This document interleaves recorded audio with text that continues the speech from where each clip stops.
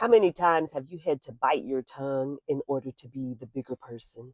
How many times have you said, okay, they didn't really mean it, or they're having a bad day, or anything that you use to justify somebody else not being their best, but always expecting you to be your best? Let's talk. Colbert Keen Conversations is all about freedom. The freedom to bring out what's already within you. Freedom to overcome your fears. Freedom to crush self-doubt. Freedom to transform hesitation into action to live in our purpose.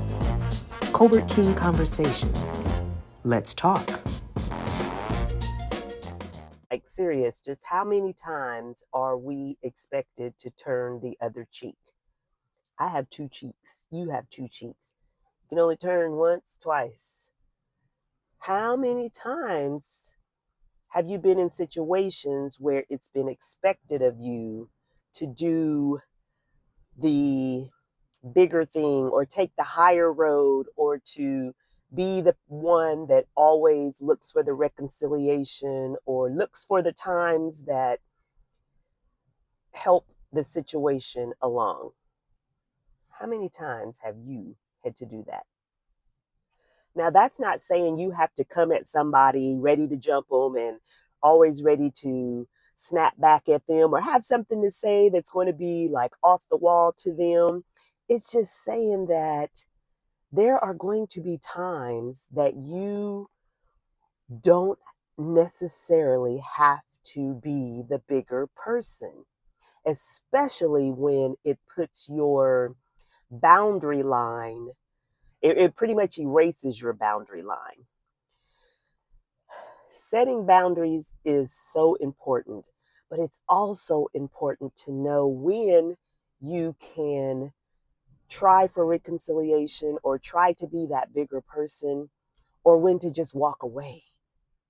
If you find yourself constantly having to be the one to look for things to make the situation better or to try to open up the lines of communication or whatever it is that you're having to put forth the effort, ask yourself, is that fair to you? Is that fair to your mental well being? Is that fair to your heart? You don't always have to be the one that's the Pollyanna, that's the Johnny Do Gooder. You don't always have to be that one, especially if it causes you to lose parts of yourself and to feel bad about, man, they're the ones that's hurting me, but I have to be the one to step into the open lines of communication. Why do I always have to be the one to do that? Have you ever felt that way? I'm going to venture to say that you're not alone. You are not by yourself in feeling that. I've felt it many a times. It's like if I don't put forth the effort, then the effort's not going to be there. Have you felt like that? Have you been in those situations where if you didn't take that reconciliation step or if you didn't take that first step towards communications, then there wasn't going to be any? You could go weeks and weeks and weeks on end and still not hear from the other person, or if you did, it may be something like nothing ever happened.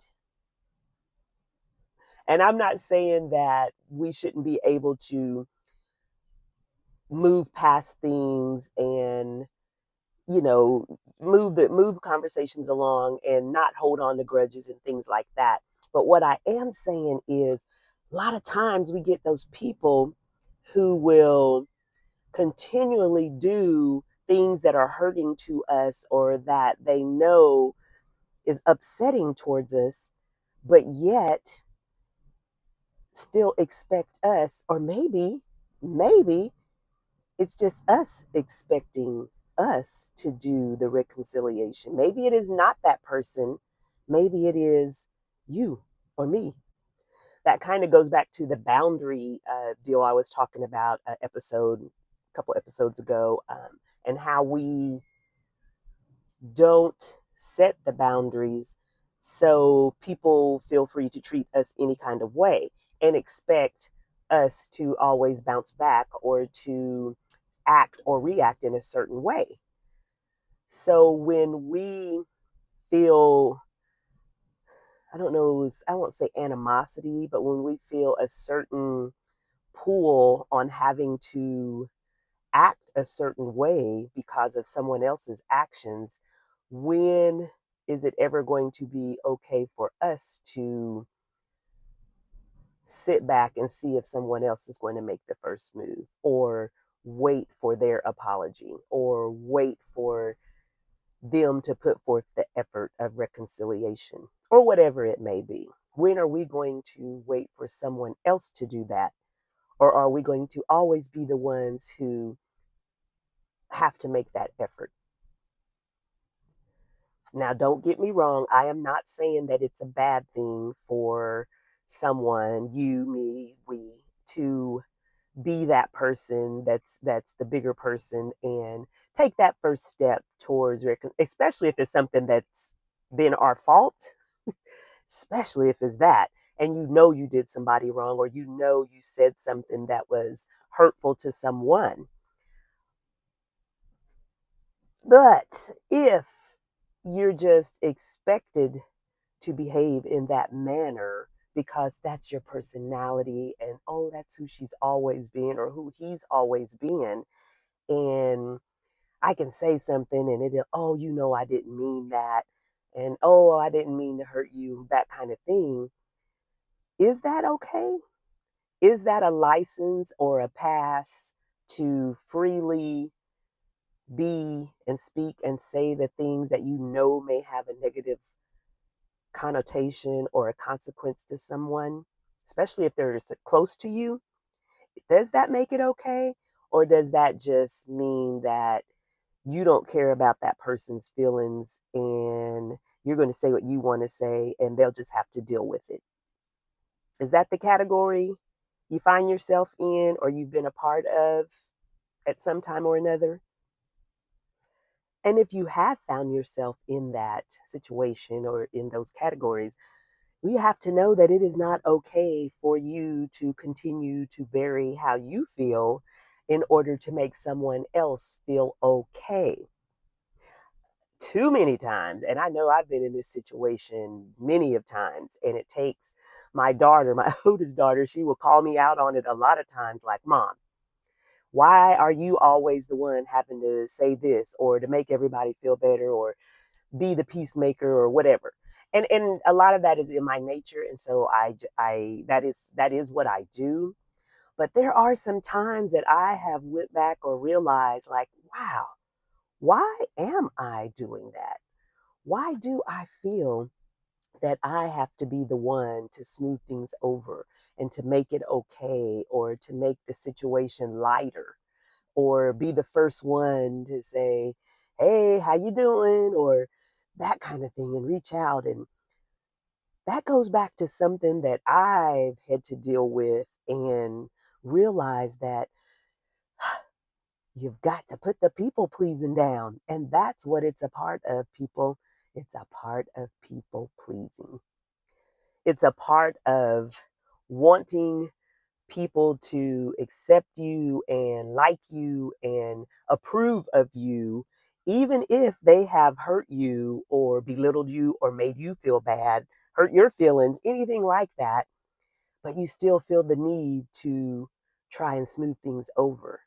Yeah, that's people pleasing. That's looking for others' approval. That's waiting for someone to say, it's okay, it's okay. You know, you're still a good person, that kind of thing. Yeah, it's time to drop that. I actually have a song called Time to Drop the Act. And we have to drop the act. We have to quit pretending that things are fine when they're not. We have to speak up for ourselves, defend ourselves, put forth our voice so people know what is okay and what is not okay on how to treat us. Because every time we say or do or act or be or whatever in whatever manner, that is what others are seeing, and that is how they're going to respond in a treatment of us. They see that, well, she's not making any fuss about it, or he's not saying anything, so it must be okay. Is it? Is it okay? And we know that most of the time it is not okay. We're just burying ourselves in order to please someone else, in order to have their approval, or in order to make them feel okay.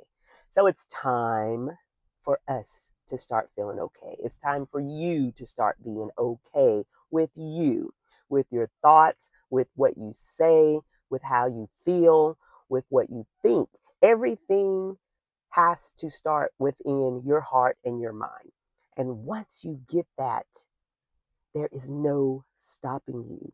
Once you realize that it all starts up in your mind with how you think about yourself and what you're willing to allow others to, mm, what you're willing to allow others to do or say to you or treat you, whatever kind of way, that is when the door starts opening for you.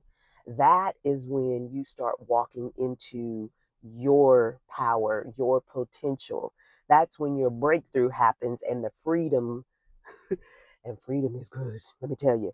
And when freedom comes, you have the freedom to speak, the freedom to think, the freedom to act, the freedom to just be you, not on anybody else's standards, but your own. So the next time you're in a situation where your feelings have gotten hurt, and whether that person meant to or not, you need to speak on it.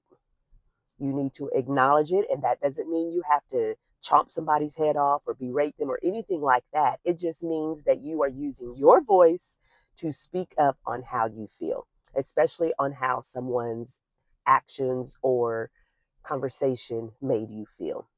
And that's not necessarily meaning that it's going to change anything, but you are being true to yourself by speaking up for yourself.